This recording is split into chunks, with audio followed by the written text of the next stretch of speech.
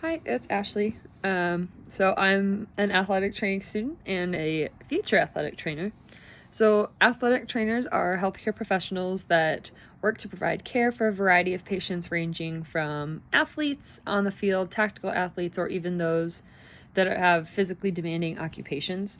So through this specific scope of practice, athletic trainers work to prevent injuries, but then they can treat those acute or chronic injuries.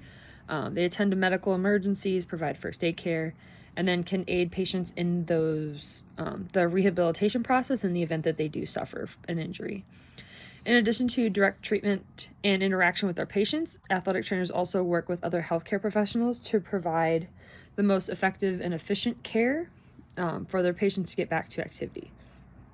So in the psychological sport injury rehabilitation, athletic trainers, as part of an interprofessional team, have an important role in relaying information to the appropriate personnel when dealing with situations outside of our scope of practice. And working with other healthcare professionals can help to expand the ways in which you implement your own forms of care, but then it increases that variety of ways you interact with your patient and navigate their rehabilitation plan. In terms of competencies, athletic trainers are responsible for being able to recognize when a patient is exhibiting any behavior outside of their normal, but then athletic trainers should also work to advocate for healthy behaviors and practices among their athletes and patients. Additionally, an athletic trainer plays an important role in knowing who they have access to in terms of referring patients for concerns outside of their scope of practice. With the psychosocial issues that the athletic trainers are allowed to address, it's obviously based on what you're trained to do, but also the role that you're playing in a certain situation.